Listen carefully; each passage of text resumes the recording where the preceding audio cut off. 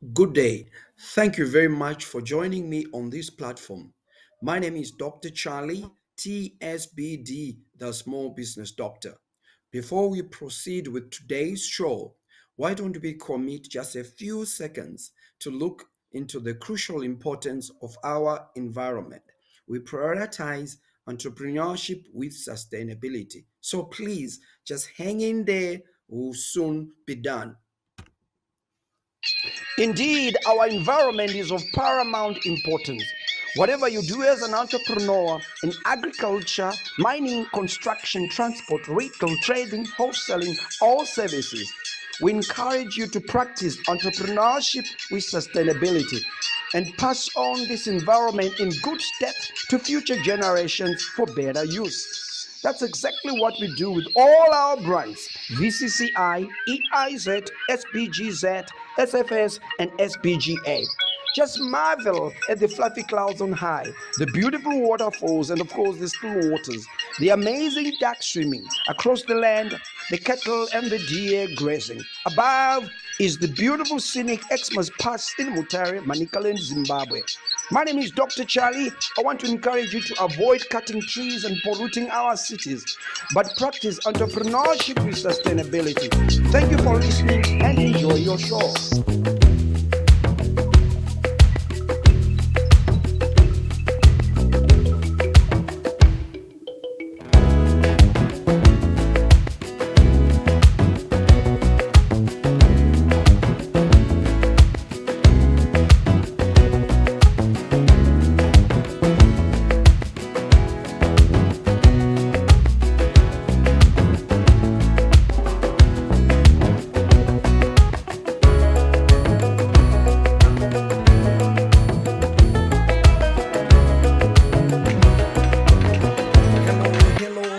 Hello, Zimbabwe. How are you? Good morning, good afternoon, good evening, depending on the time that you are catching up with me. Welcome to Entrepreneurship Institute of Zimbabwe, EIZ. My name is Dr. Charlie, TSBD, the Small Business Doctor. As EIZ, our payoff line is Mentors for Success. We prioritize knowledge, innovation, and transformation. We are into higher education consultancy, as you can see, by way of providing number one, bachelor and master degree business management tutorial courses. If you are studying for a bachelor or a master degree in business management, you will know that there are a number of courses, many of them, from marketing, entrepreneurship, human resources, accounting, project management, operations. There are so many.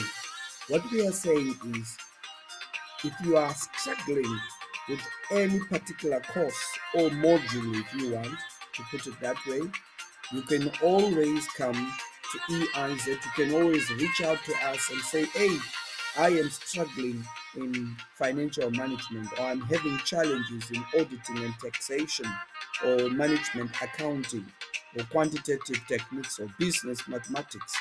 And then when you reach out to us, me and our team will always sort you out and help you step by step and arrange some tutorials for you. So that's basically what we do. So you need to be a registered student elsewhere. Either you are studying with a certain university in Zimbabwe, in the region, or internationally, and you are struggling in a particular course. You can always reach out to EIZ and we can arrange some tutorials for you. The next service that we provide there is, of course, quantitative and qualitative data analysis. Quantitative and qualitative data analysis. Let's start with quantitative data analysis. You might be aware that you can actually use SPSS, which is a software that you can use to analyze your quantitative data.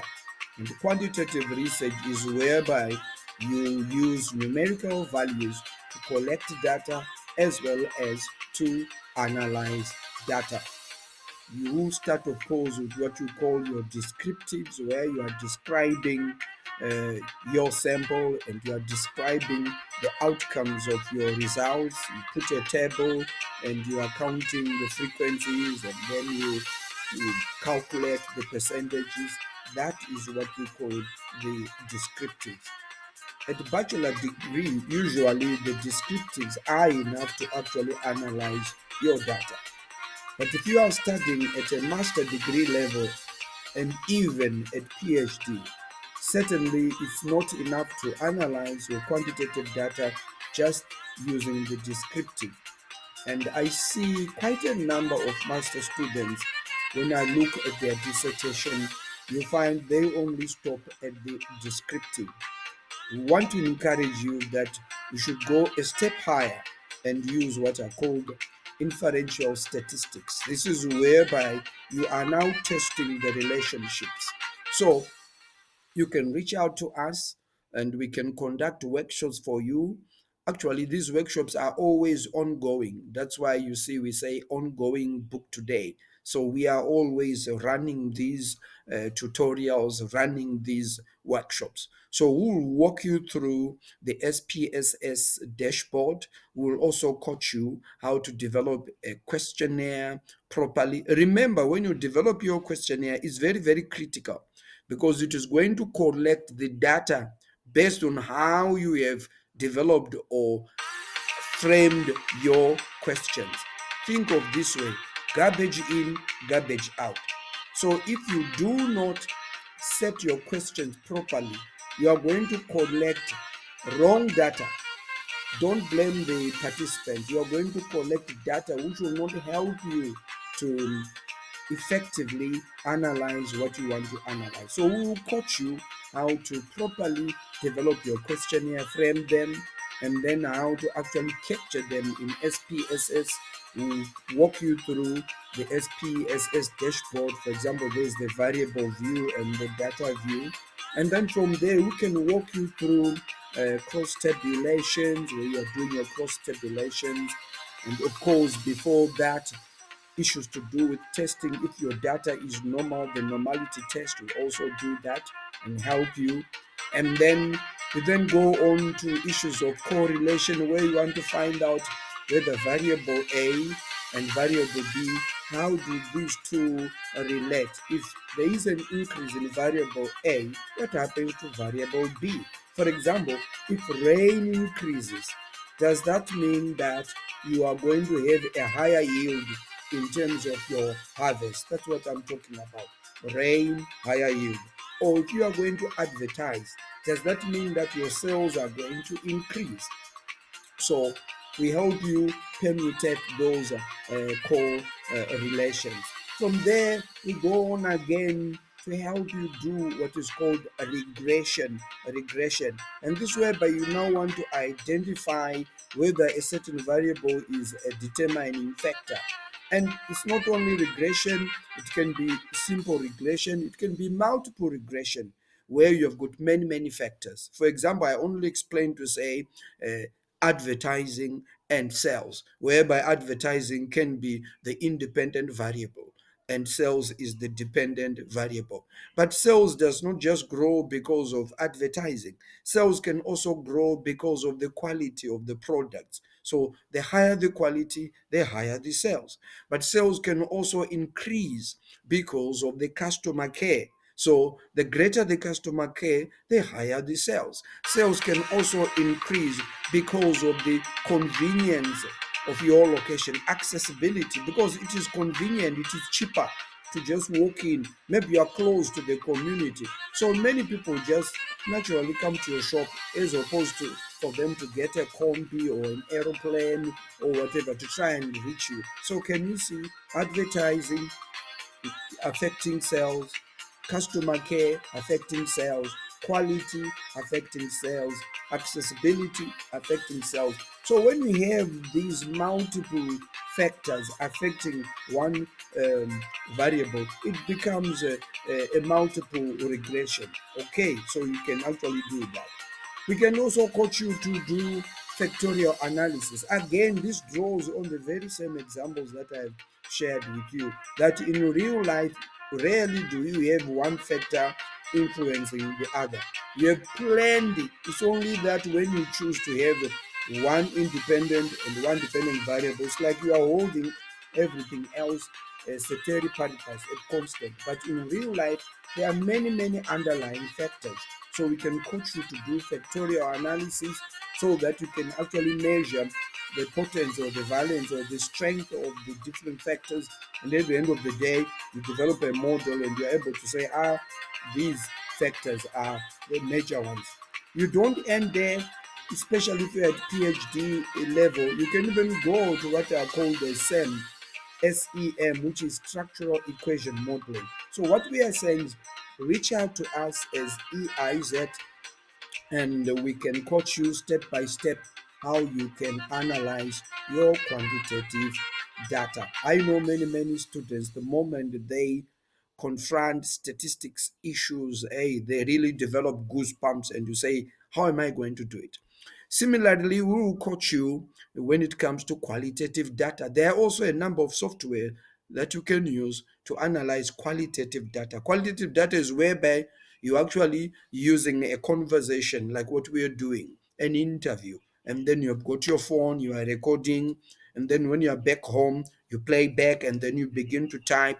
Then after typing, what you have to do? You have to read the first time, the second time, the third time, and you pay attention, number one, to the choice of words, okay, the language used, the verbosity, and you begin to say why, if there was an exclamation mark, and you're also looking at the non-verbal. Remember, because you were talking to this person face to face or it was a video conferencing, you are then saying, why is it that they said this and at the same time they were scratching their head? Why is it that they responded in this manner, but at the same time they were looking down?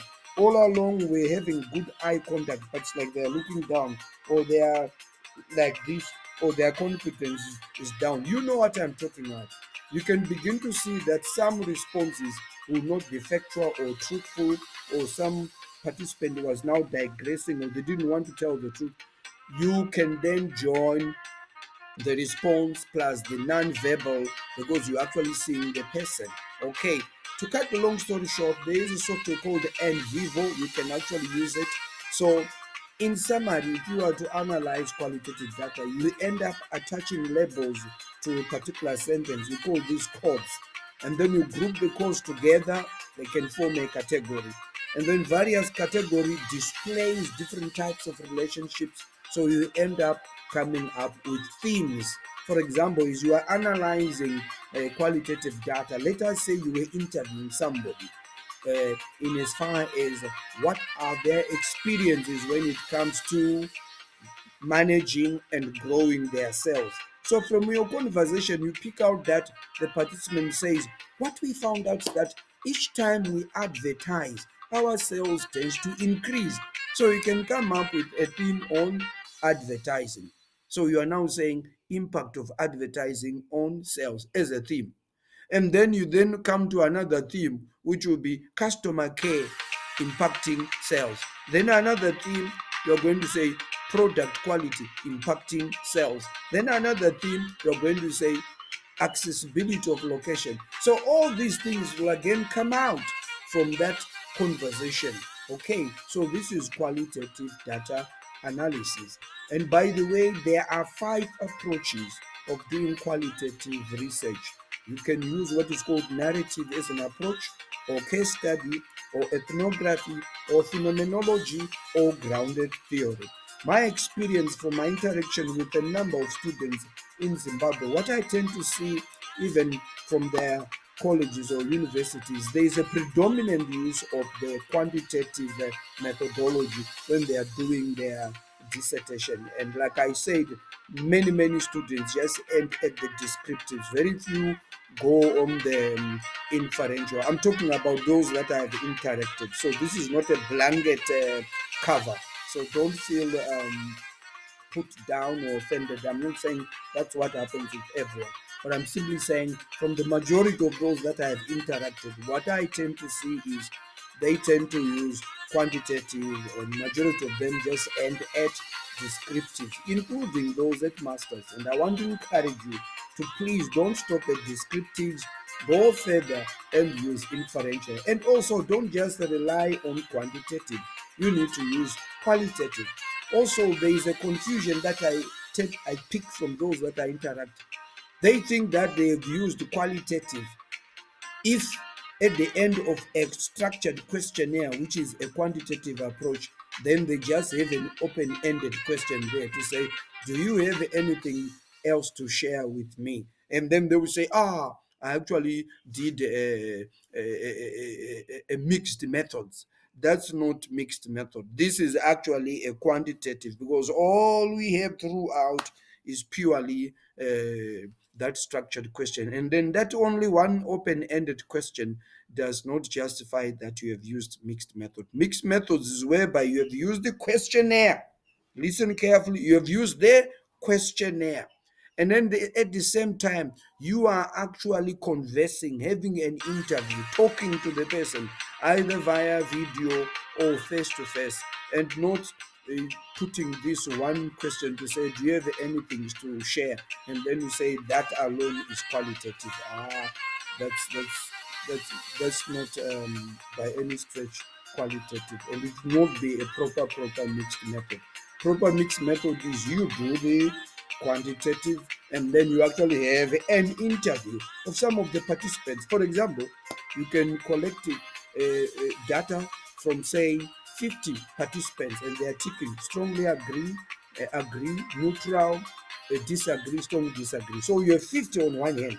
Then out of those 50, you then say, let me ask 10 of them via an interview, and then you are interviewing one by one, and that interview is at least a minimum of 1 hour. That's what we call a mixed method. Okay, so the last thing that we again do is coach you when it comes to how you can do your dissertation, how you can do your thesis. We are talking of academic writing. We are talking of identifying your research problem, developing your research questions, objectives, and how you should then identify how to contribute to knowledge. So we coach you all that. We review your dissertation. Let me say, we do not write a dissertation for you. We don't do a dissertation for you. We coach you. So you can come to us and we will coach you how you can approach chapter 1, chapter 2, chapter 3, chapter 4, and chapter 5. We also arrange a dissertation or thesis mock vivas, so as to prepare you to defend yourself. Many universities nowadays, even at bachelor degree, now require you at the end of the day to appear before a panelist, and they will ask you a set of questions so that they establish whether indeed the research before them is what you carried out independently. So we will help you by asking the typical defense mock viva questions, whether at bachelor, at master, or at PhD. So that's what we do. I think I've explained enough. And as you can see below, we normally give between 20 to 50% discount, depending whether you are a first customer or whether you are somebody who has also been with us from our sister organizations. So your discount can even reach up to 50%. So to get that discount, you must always use the promotion code that you see, which is written below, and then you can talk to us, and then we'll let you know this particular product you get maybe 20% or 35%, something like that. Okay, otherwise, thank you very much for watching and listening. The contact details there are eiz@sbgazim.com, eiz@sbgazim.com. Mobile number on WhatsApp +263 77 335 3800, +263 77 335 3800. This leads me to say thank you once again for watching and listening. My name is Dr. Charlie TSBD, the small business doctor, and I'm the lead consultant for EIZ. I hold a PhD in management from the Manchester Metropolitan University in the United Kingdom, the University of World-Class Professional. How about if you drop some comments below? I'm really interested. I value your feedback. Like this video, share it with your colleagues, Follow us on all our social media handles, and above all, click the subscriber button so that you become the first each time I release podcasts like this. Dr. Charlie, bye. Signing off.